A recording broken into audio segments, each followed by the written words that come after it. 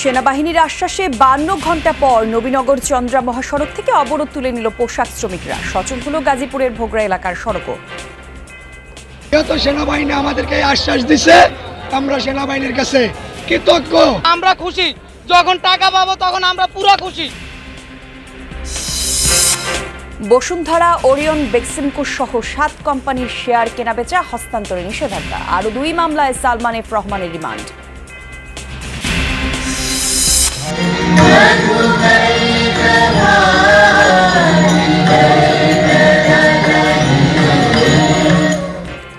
শুভ মহালয়ায় শারদীয় দুর্গোৎসবের ক্ষণগণনা শুরু। দেবীপক্ষে দেশ জাতির কল্যাণ কামনায় পূজা অর্চনা। মায়া যেন সবার মঙ্গল করেন, আর আমরাও শান্তি চাই। কৃষ্ণপক্ষের শেষ দিন অর্থাৎ আজকে যে মহালয়া, সে মহালয়ার সময় সেনাবাহিনীর আশ্বাসে অবশেষে 52 ঘন্টা পর নবীনগর চন্দ্রা মহাসড়কে আশুলিয়া এলাকায় অবরোধ তুলে নিয়েছে পোশাক শ্রমিকরা। এর ফলে সচল হলো ওই মহাসড়ক। ভোগান্তি দূর হলো যাত্রীদের। লে অফ থাকা বার্ডস গ্রুপের 4 পোশাক কারখানায় শ্রমিকরা বকেয়া বেতন সহ অন্যান্য পাওনা পরিশোধের দাবিতে সোমবার সকাল থেকে বাইপাইল এলাকায় মহাসড়কে অবস্থান নেয়। আর এতে রাজধানীর সাথে উত্তরাঞ্চল সহ বিভিন্ন এলাকার সরাসরি সড়ক যোগাযোগ বন্ধ হয়ে যায়। বিকল্প সড়কে চলাচল করতে দুর্ভোগ দেখা দেয়। এই অবস্থায় সেনাবাহিনীর সদস্যরা সকালে গিয়ে ওই পোশাক কারখানার আন্দোলনরত শ্রমিকদের তাদের দাবি মেনে নেওয়ার ব্যাপারে পদক্ষেপ নেওয়ার আশ্বাস দেন। এর প্রেক্ষিতে শ্রমিকরা বেলা 1টার দিকে সড়ক থেকে সরে যায়। এরপর যানবাহন চলাচল শুরু হয় এবং আশুলিয়া শিল্পাঞ্চলের বেশিরভাগ কারখানাই খোলা আছে। যেহেতু সেনাবাহিনী আমাদেরকে আশ্বাস দিছে, আমরা সেনাবাহিনীর কাছে কৃতজ্ঞ। সেনাবাহিনী আমাদের আশ্বাস দিছে এবং কি ঘন্টা 3 আগেই এমডি সাহেবের চেয়ারম্যান স্যারের ধরা হয়েছে। যখন এরা আশ্বাস দিছে, হ্যাঁ আমরা খুশি, যখন টাকা পাবো তখন আমরা পুরো খুশি। এই মুহূর্তে গাড়ি চলমান রয়েছে এবং তাদেরকে আশ্বস্ত করতে পেরেছি যে বা সেনাবাহিনী থেকেও বলা হবে যে শ্রমিকরা যারা আছে তাদেরকে আশ্বস্ত করে তারা নিজেরাই গাড়ি রাস্তা থেকে সরে গেছে। গাজীপুরের ভোগড়া বাইপাস এলাকায় দফায় দফায় সড়ক অবরোধ করে পোশাক কারখানায় চাকরি প্রত্যাশী যুবকরা। তারা নারী শ্রমিকদের সমসংখ্যক নিয়োগের দাবি জানান। সকাল 9:30টার দিকে শুরু হওয়া এই বিক্ষোভে যোগ দেয় গার্মেন্টসের চাকরিচ্যুত কর্মীরা। তারা ঢাকা ময়মনসিংহ মহাসড়ক অবরোধ করে। সেনাবাহিনীর সদস্যরা ঘটনাস্থলে গেলে শ্রমিকরা মহাসড়ক ছেড়ে কারখানার সামনে গিয়ে ভাঙচুর চালায়। সেনাবাহিনীর টহল টিম ধাওয়া দিলে শ্রমিকরা কারখানার মূল গেট থেকে চলে যায়। স্বাভাবিক হয় সড়কে যান চলাচল। বিক্ষোভকারীরা বিভিন্ন অলিতে গলিতে অবস্থান নিয়েছে। এদিকে কয়েক কারখানায় সাধারণ ছুটি ঘোষণা করা হয়েছে।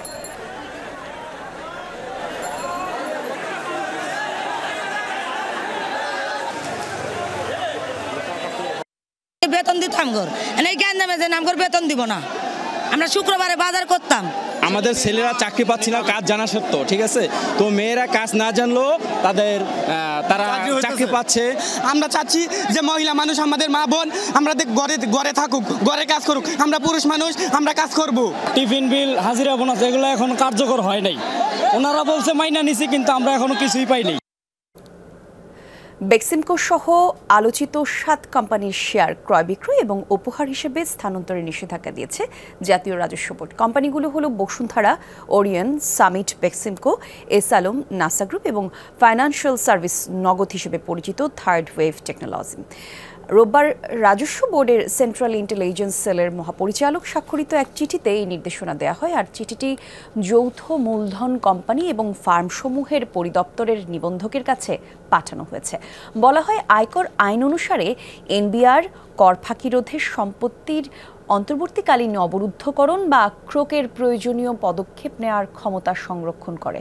জনস্বার্থে এসব কোম্পানির শেয়ার স্থানান্তর অবিলম্বে স্থগিত করার জন্য অনুরোধের জানানো হয়েছে। আর চিঠিতে আরও বলা হয়েছে, এই কোম্পানিগুলোর বিরুদ্ধে কর ফাঁকির অভিযোগ সহ আর্থিক অনিয়মের বিষয়গুলো গুরুতর অভিযোগ রয়েছে। সাবেক প্রধানমন্ত্রী শেখ হাসিনার বেসরকারি শিল্প উপদেষ্টা সালমান এফ রহমানকে পৃথক 2 মামলায় 4 এবং 3 দিনের রিমান্ড দিয়েছেন আদালত। চতুর্থ দফায় রিমান্ড শেষে আজ সকালেই সিএমএম কোর্টে তোলা হয় সালমান এফ রহমানকে। এদিন দোহার থানায় বিস্ফোরক এবং হত্যা এই 2 মামলায় 7 দিন করে রিমান্ড আবেদন করে পুলিশ। আসামিপক্ষ এবং রাষ্ট্রপক্ষের শুনানি শেষে এম সাইফুল ইসলামের আদালত বিস্ফোরক মামলায় 4 দিন এবং হত্যা মামলায় 3 দিনের রিমান্ড মঞ্জুর করেন।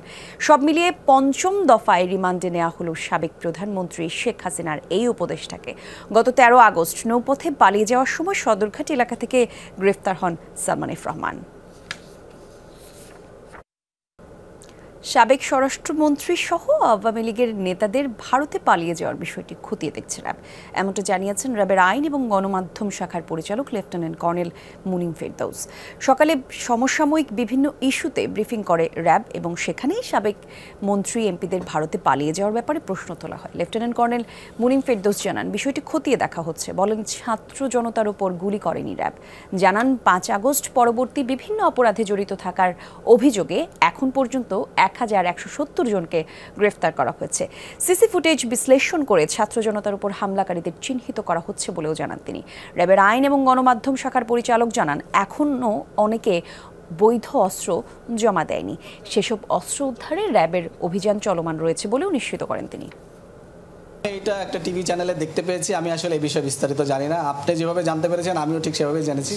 আমাদের যে সকল টিম আছে তারা অবশ্যই কাজ করছে এবং কাজ করে যাচ্ছে, এবং আমরা আমাদের সামর্থ্যে সবটুকু দিয়ে আমরা কাজ করে যাব। নোয়াখালী 4 আসনের সাবেক সংসদ সদস্য এবং জেলা আওয়ামী লীগের সাবেক সাধারণ সম্পাদক মোহাম্মদ একরামুল করিম চৌধুরীকে কারাগারে পাঠিয়েছে আদালত। সকাল 7:15টার দিকে তাকে সিনিয়র জুডিশিয়াল ম্যাজিস্ট্রেট সাজ্জাদ হোসেনের আদালতে হাজির করা হলে বিচারক তার বক্তব্য শুনে তাকে কারাগারে পাঠানোর আদেশ দেন।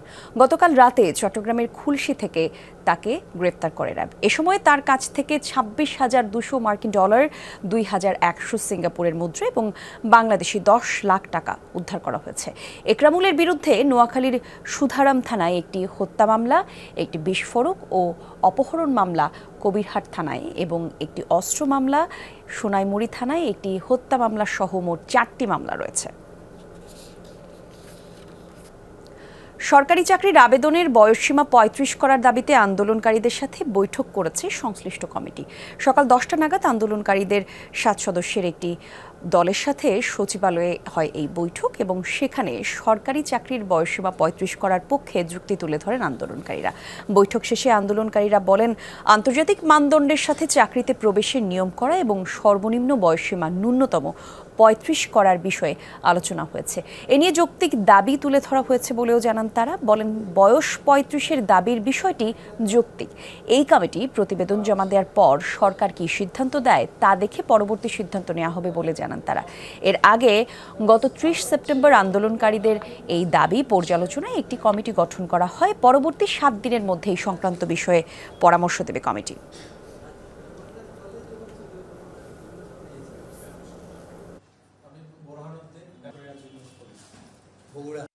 আমাদের যে দাবি যৌক্তিক, এই যৌক্তিকতার পক্ষে প্রত্যেকজন স্যার আমাদের কথা শুনেছেন এবং আমাদের দাবি যৌক্তিক। এই যৌক্তিকতার নিরিখে আমাদের আলোচনাগুলোকে স্যাররা অ্যাপ্রিসিয়েট করেছেন এবং স্যাররা আমাদের কথাগুলোকে বিশ্লেষণ করে আগামী 7 কার্য দিবসের মধ্যে একটি চমৎকার বৈষম্যহীন বাংলাদেশ গড়ে তোলার জন্য একটি প্রতিবেদন প্রকাশ করবেন। প্রধান উপদেষ্টা ডক্টর মোহাম্মদ ইউনূসের সাথে সৌজন্য সাক্ষাৎ করেছেন ইতালির রাষ্ট্রদূত অ্যান্তনিও আলেসান্দ্রো। দুপুরে প্রধান উপদেষ্টার কার্যালয়ে যমুনায় সাক্ষাৎ করেন তিনি। এ সময় দুই দেশের অভ্যন্তরীণ নানা বিষয়ে আলোচনা করেন তারা। একই সাথে অন্তর্বর্তীকালীন সরকারকে সব ধরনের সহায়তা করার কথাও ব্যক্ত করেন ইতালির রাষ্ট্রদূত। এর আগে পররাষ্ট্র উপদেষ্টার সাথে সাক্ষাৎ করেন অ্যান্তনিও আলেসান্দ্রো। এ সময় তিনি বলেন, যেসব বাংলাদেশি কর্মীর ইতালির ভিসা পেন্ডিং রয়েছে তা শিগগিরই সমাধান করা হবে। এই সমস্যা সমাধানে দূতাবাসের কর্মীদের প্রচেষ্টা চালিয়ে যাচ্ছেন বলেও জানান তিনি।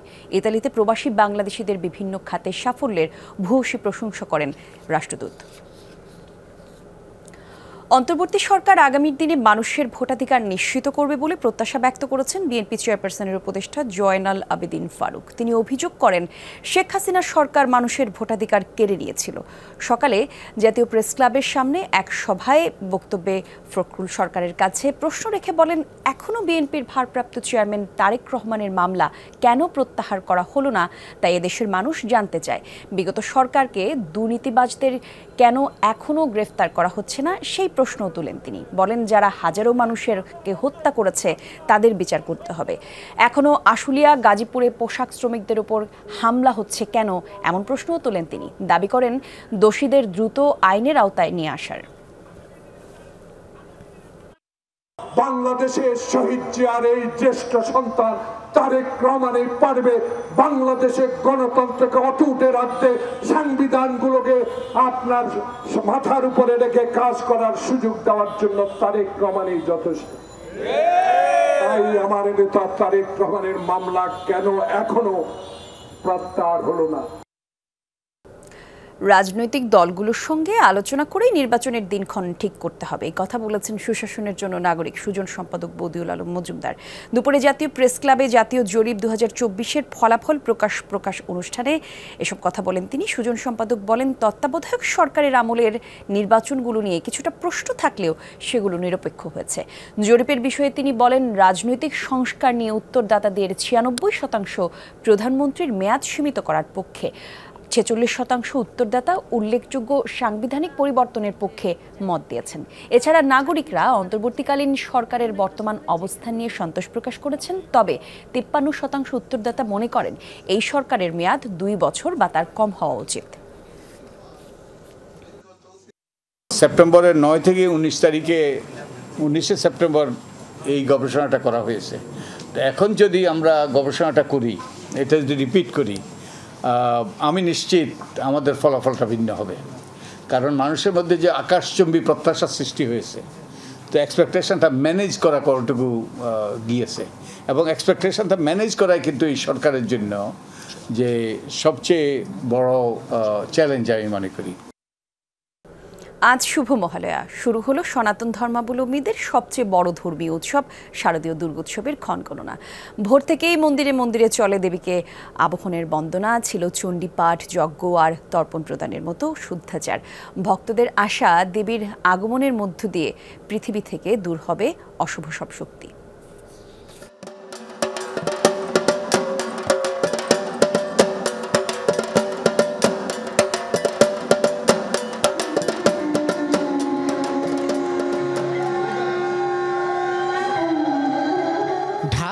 শঙ্খ ও কাঁসার ধ্বনি জানান দিচ্ছে মর্তলোকে দেবী দুর্গার আগমনে। অবসান ঘটল সনাতন ধর্মাবলম্বীদের 1 বছরের অপেক্ষা। শুরু হলো দুর্গোৎসবের ক্ষণগণনা।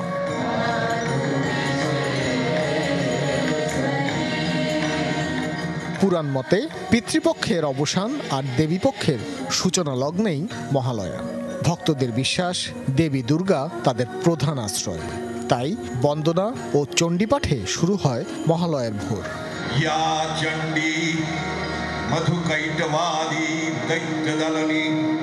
রাজধানীর ঢাকেশ্বরী মন্দিরে ছিল সাংস্কৃতিক নানা আয়োজন। একই সাথে শাস্ত্রমতে তিল তর্পণ, ঘট স্থাপন আর পূজা অর্চনা করা হয়। ভক্তদের বিশ্বাস, শান্তির বার্তা ছড়িয়ে দিতে পৃথিবীর অশুভ শক্তিকে বিনাশ করবেন দেবী দুর্গা।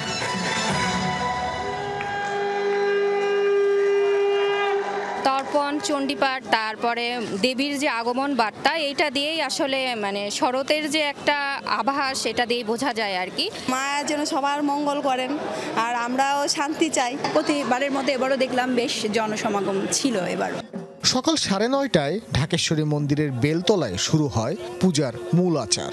বেলপাতা, ফুল এবং ফলের সমাহারের মাধ্যমে ভক্তরা করেন আরাধনা। 6 দিন পর শুরু হবে দুর্গোৎসব। সনাতন ধর্মাবলম্বীদের প্রত্যাশা, জগতের সব অন্ধকার দূর করবেন দেবী দুর্গতিনাশিনী। বিগত কিছুদিন ধরে আমাদের দেশে যা চলতেছে, মানে আমরা একটা আতঙ্কের মধ্যে আছে। আমরা হিন্দু, আমাদের উপর একটু বেশি সবসময় চাপ পড়ে থাকে। অল ওভার পুজোর প্রস্তুতি ভালোই, এখন বাদ বাকিটা দেশের পরিস্থিতির উপর ডিপেন্ড করছে পুজোর অবস্থা কেমন হয়। উৎসবমুখর পরিবেশেও রয়েছে নিরাপত্তার শঙ্কা। সব দূরে ঠেলে মঙ্গলেরই জয় হবে, এমনই বিশ্বাস ভক্তদের। আজ রাত 9:30টায় শেষ হবে আমাদের কৃষ্ণপক্ষের শেষ দিন, অর্থাৎ আজকে যে মহালয়া, সেই মহালয়ার সময়। আর তারপরে শুরু হবে শুক্লপক্ষের প্রতিপদ। এই দুটো সন্ধিকালে দেবী দুর্গা ধরায় আসেন। পূজা শেষে শুরু হয় যজ্ঞ। সমবেত ভক্তরা অংশ নেন অঞ্জলি দানে। এবছর দেবী দুর্গা মর্তে আসবেন দোলা বা পালকিতে, আর বিদায় নেবেন ঘটক বা ঘোড়ায় চড়ে। শাস্ত্র অনুযায়ী এই দুই বাহনই সমাজের জন্য বয়ে আনে অশনি সংকেত। ভাস্কর ভাদুরী, যমুনা নিউজ, ঢাকা। গণত্রাণের জন্য সংগ্রহ করা তহবিল থেকে ৮ কোটি টাকা প্রধান উপদেষ্টার ত্রাণ তহবিলে জমা দিয়েছে বৈষম্য বিরোধী ছাত্র আন্দোলন। বাকি ১,৯১,০০,০০০ টাকা ব্যয় হবে উত্তরবঙ্গের বন্যা দুর্গতদের জন্য। বিকেলে ত্রাণ উপদেষ্টার কাছে এই অর্থ হস্তান্তর করা হয়। এ সময় আন্দোলনের সমন্বয়ক লুৎফর রহমান বলেন, ত্রাণ কমিটি আছে দুর্গত এলাকায়, পুনর্বাসনের পর্যাপ্ত ব্যবস্থাপনাও রয়েছে। সময় নিয়ে পূর্ণাঙ্গভাবে রিপোর্ট প্রকাশ করে অডিট শেষ হয়েছে। টিএসসিতে ২২ থেকে ৪ সেপ্টেম্বর পর্যন্ত ১১,৭৯,৮৪,৪২০ টাকা নগদ উঠেছিল।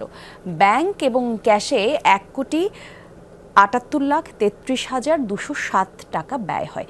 এর মধ্যে ৮ কোটি টাকা ত্রাণ তহবিলে আর ১,৯১,০০,০০০ টাকা উত্তরবঙ্গে ব্যয় হবে। প্রধান উপদেষ্টার ত্রাণ তহবিলে এ পর্যন্ত ৮৩,৪৩,২৮,০০৮ টাকা ৫৩ পয়সা জমা আছে, আর বিভিন্ন সংস্থা দিয়েছে বন্যার জন্য। আন্তর্জাতিক অপরাধ ট্রাইব্যুনালে আজ অভিযোগ দায়ের করেছেন আন্দোলনে নিহত শিক্ষার্থী শাহরিয়ার খান আনাসের পরিবার। সকালে আন্তর্জাতিক অপরাধ ট্রাইব্যুনালে এই অভিযোগ দায়ের করা হয়। এ সময় নিহত আনাসের মা বলেন, আনাস তার বাবার কথা অমান্য করে আন্দোলনে গিয়েছিল। সেফ জোনে থাকার পরেও সেখানে পুলিশ ঢুকে তাকে গুলি করে। সেই শোক এখনও কাটিয়ে উঠতে পারেনি আনাসের পরিবার। ৫ আগস্ট বিগত সরকার পতনের কয়েক ঘন্টা আগে রাজধানীর জানখারপুল এলাকায় পুলিশের গুলিতে মারা যায় ১০ম শ্রেণীর শিক্ষার্থী আনাস। সেদিন সকালে পড়ার টেবিলের ওপর মাকে উদ্দেশ্য করে একটি চিঠি লিখে বেরিয়ে যায় আনাস। এ ঘটনার সুষ্ঠু তদন্ত চায় আনাসের পরিবার। নিরস্ত্র ছাত্র জনতা, সাধারণ মানুষের উপর যে গুলি চালানো হয়েছে, এটা অবশ্যই মানবাধিকার লঙ্ঘন।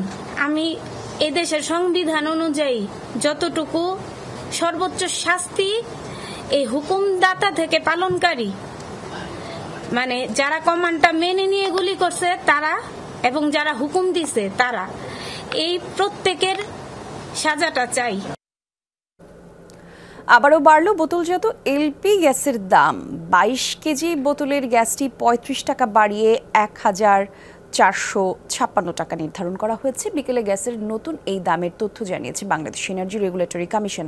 নতুন এই দাম আজই সন্ধ্যা থেকে কার্যকর হবে। এর আগে গত ২ সেপ্টেম্বর ভোক্তা পর্যায়ে ওই মাসের জন্য ১২ কেজির সিলিন্ডারের দাম আগস্ট মাসের তুলনায় ৪৪ টাকা বাড়িয়ে ১,৪২১ টাকা নির্ধারণ করা হয়। আর গত আগস্ট এবং জুলাইয়ে বাড়ানো হয়েছিল যথাক্রমে ১১ টাকা এবং ৩ টাকা। একই সঙ্গে অটোগ্যাসের দামও বাড়িয়েছে বিইআরসি। অক্টোবর মাসে ভোক্তা পর্যায়ে অটোগ্যাসের মূসক সহ দাম প্রতি লিটার ৬৬ টাকা ৮৪ পয়সা নির্ধারণ করা হয়েছে।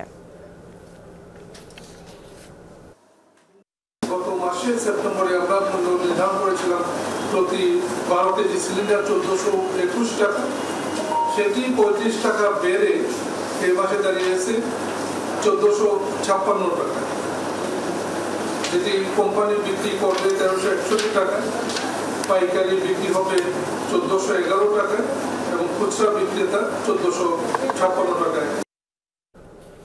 পূর্ব শত্রুতা এবং দোকানের মালামাল লুট করতেই রাজধানীর গুলশান ২ নম্বর এলাকায় মুদি দোকানি রফিক সহ দুজনকে গলা কেটে হত্যা করা হয়েছে। এই তথ্য জানিয়েছে র্যাব। রাজধানীর কারওয়ান বাজারে র্যাবের মিডিয়া সেন্টারে ছিল সংবাদ সম্মেলন। বাহিনীর আইন এবং গণমাধ্যম শাখার পরিচালক জানান, নৃশংস হত্যাকাণ্ডের মূল আসামি রুমনকে চট্টগ্রামের হালিশহর থেকে গ্রেফতার করা হয়েছে। তিনি বলেন, দোকান মালিক রফিককে হত্যার দৃশ্য দেখে ফেলায় কর্মচারী কিশোর সাব্বিরকেও মেরে ফেলা হয়।